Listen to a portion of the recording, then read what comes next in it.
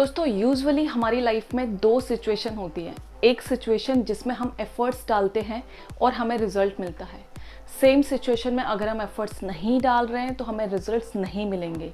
Of course वो थोड़ा सा जस्टिफाइड होता है, बट दूसरी सिचुएशन जहां आप एफर्ट्स भी डाल रहे हैं, आप एनर्जी भी डाल रहे हैं, अपना टाइम भी दे रहे हैं, प्लस अपना मनी भी दे रहे हैं, स्टिल अगर आपको रिजल्ट्स नहीं मिल रहे हैं तो वो कहीं ना कहीं जस्टिफाइड नहीं होता है। यही सेकंड केस है आज की वीडियो का टॉपिक, और आज के इस वीडियो में हम लोग डिस्कस करने वाले हैं 5 ways you are using right technique but in wrong way. यानी कि क्या गलतियां आप कर रहे हैं अपनी वेट लॉस जर्नी में जो कि आपको मैक्सिमम रिजल्ट्स नहीं दे रही हैं। रिजल्ट्स दे रही हैं बट जितना आप टाइम दे रहे हैं, जितनी आप एनर्जी डाल रहे हैं, उतना शायद आपको रिजल्ट्स नहीं मिल रहे हैं। सो आज हम डिस्कस करेंगे यही सारी mistakes one by one, but before that let's get started. As you all know, this channel is all about 3 dimensions of health, that is mental health, physical health and emotional health. So इस video में सबसे पहले मैं अपना experience आप लोगों के साथ शेयर करना चाहूँगी। मैं अपनी सोसाइटी में अपने आसपास के काफ़ी सारे लोगों को पर्सनली जानती हूँ जो कि काफ़ी सारे एफर्ट्स डाल रहे हैं, काफ़ी सारा टाइम दे रहे हैं, बट स्टिल उन्हें रिजल्ट्स नहीं मिल रहे हैं। आई थिंक बहुत सारे लोग होंगे जो कि मेरी बातों से खुद को रिलेट कर पा रहे होंगे। ऐसे कई सारे लोग हैं जो कि ये सारी चीज़ें करते हैं, बट जब रिजल्ट्स नहीं मिलते हैं तो ऑफ कोर्स हमें डीमोटिवेशन होता है और मन करता है ये सारी चीज़ें आप क्विट कर दो। हम क्यों इतनी रेस्ट्रिक्शंस में डाइट ले रहे हैं, क्यों इतना वर्कआउट कर रहे हैं जब हमें रिजल्ट्स नहीं मिल रहे हैं। सो दोस्तों, हम डिस्कस कर लेते हैं एक एक करके वो सारी मिस्टेक्स जो कि हम में से 90% लोग करते हैं, जिसमें से 5वीं जो मिस्टेक है दैट इज ब्लंडर मिस्टेक, और 99% लोग उसे करते हैं। So first one is lack of regularity and sincerity. दोस्तों, जैसा कि हमने पहले भी कई सारे वीडियोस में डिस्कस किया है कि regularity and sincerity, these are 2 main key for any results, for any outcome. आपको रेगुलर होना पड़ेगा, सिंसियर होना पड़ेगा एंड ऑनेस्ट होना पड़ेगा। ऐसे बिल्कुल काम नहीं चलेगा कि आपने 5 दिन फॉलो कर लिया, 3 दिन गोल मार दिया। 3 दिन आपने डाइट फॉलो कर ली, 2 दिन फिर गोल मार दिया। आपने मॉर्निंग में डाइट फॉलो कर ली, इवनिंग में आपका ब्रेक हो गया। सेम चीज़ अगर दोनों केस में फेल हो रही है, ना तो आप डाइट प्लान फॉलो कर पा रहे हैं, ना अपना वर्कआउट प्लान फॉलो कर पा रहे हैं, तो आप मान के चलिए आपके जो गोल्स हैं, आपका जो रिजल्ट है, जो कि आपकी एक्सपेक्टेशन थी, वो कभी पूरी नहीं होने वाली। Next is so what attitude. अब ये सो व्हाट एटीट्यूड क्या होता है? फॉर एग्जाम्पल हम समझ लेते हैं कोई पार्टी है, शाम को कोई बर्थडे सेलिब्रेशन है, आप वहाँ पे जाते हैं तो कई सारे लोग आपको इंसिस्ट करेंगे, अरे यार केक खा ले, अरे यार समोसा खा ले। तो ये एटीट्यूड उन लोगों का तो जस्टिफाइड है, लेकिन ये एटीट्यूड जिस दिन आपके माइंड में आ जाता है कि चलो यार खा लेते हैं, क्या फ़र्क पड़ता है, एक दिन में क्या फ़र्क पड़ने वाला है, कौन सा मैं एक दिन में पतला हो जाऊँगा, कौन सा मैं एक समोसा खाने से इतना मोटा हो जाऊँगा। अब काफ़ी सारे लोगों को आपने ये बोलते हुए सुना होगा, कोई बात नहीं आज खा ले, कल थोड़ा एक्स्ट्रा वर्कआउट कर लेना। सो ये चीज़ उन्होंने बहुत सही बोली कि अगर आप कुछ भी एक्स्ट्रा किसी दिन खा रहे हो तो उसको बर्न करने के लिए, उन एक्स्ट्रा कैलोरीज को बर्न करने के लिए आपको या तो एक्स्ट्रा वर्कआउट करना है। अगर आप एक्स्ट्रा वर्कआउट नहीं कर सकते तो प्लीज़ आपको थोड़ा सा रिजिड होना पड़ेगा अपने प्लान में, थोड़ा सा अपनी क्रेविंग्स को कंट्रोल करना पड़ेगा, and that is compulsory. Now the third one, speed and frequency. For example काफ़ी सारे लोग हैं जो कि पैडोमीटर अपने फ़ोन में डाउनलोड कर लेते हैं, बहुत अच्छी बात है। उसमें गोल भी सेट कर लिया कि आपको मिनिमम 8000 या फिर 10,000 स्टेप्स डेली लेने हैं। अब वो करते क्या है, मॉर्निंग में आते हैं, 20 मिनट्स वॉक किया, वापस अपने फ्लैट में, देन वो इवनिंग में आते हैं, 20 मिनट्स वॉक किया, देन वापस अपने फ्लैट में। तो इस तरीके से पूरे दिन में वो 10,000 स्टेप्स पूरे तो कर लेते हैं, बट क्योंकि वो कॉन्टिन्यूशन में नहीं है, क्योंकि वो सेम स्पीड पे नहीं है, क्योंकि वो लगातार नहीं है, इस वजह से हमारी बॉडी उतनी कैलोरीज बर्न नहीं कर पाती है।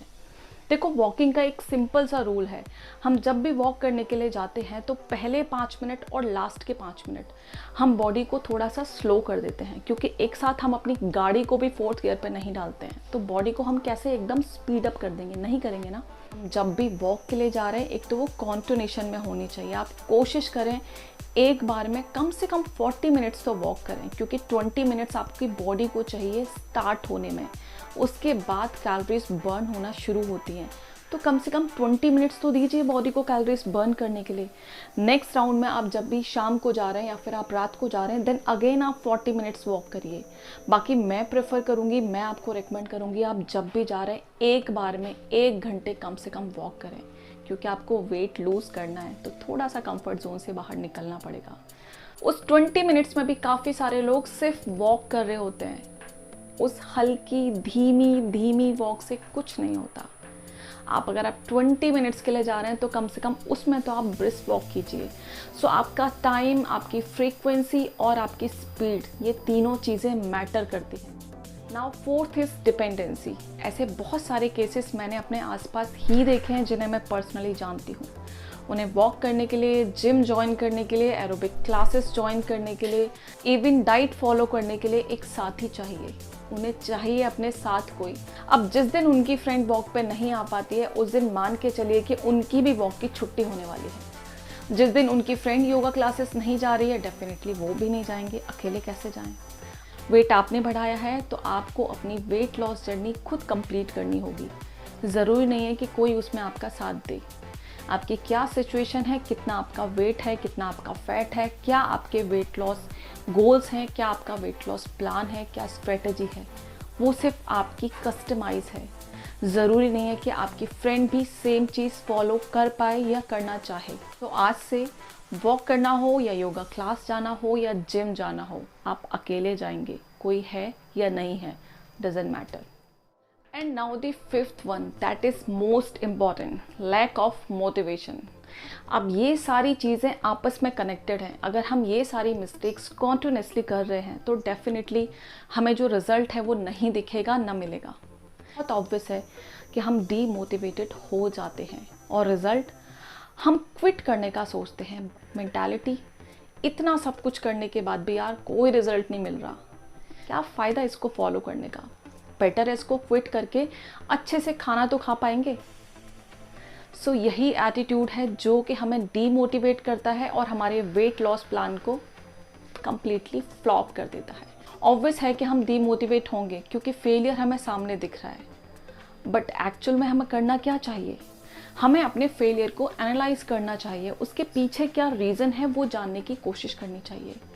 कहाँ हमसे कमी हो रही है, कौन सी हम मिस्टेक कर रहे हैं, कहाँ हम लैग कर रहे हैं, वो चीज़ें हमें जानने की कोशिश करनी चाहिए बजाय उस प्लान को क्विट करने की। याद रखिए, वेट लॉस जर्नी आपकी है।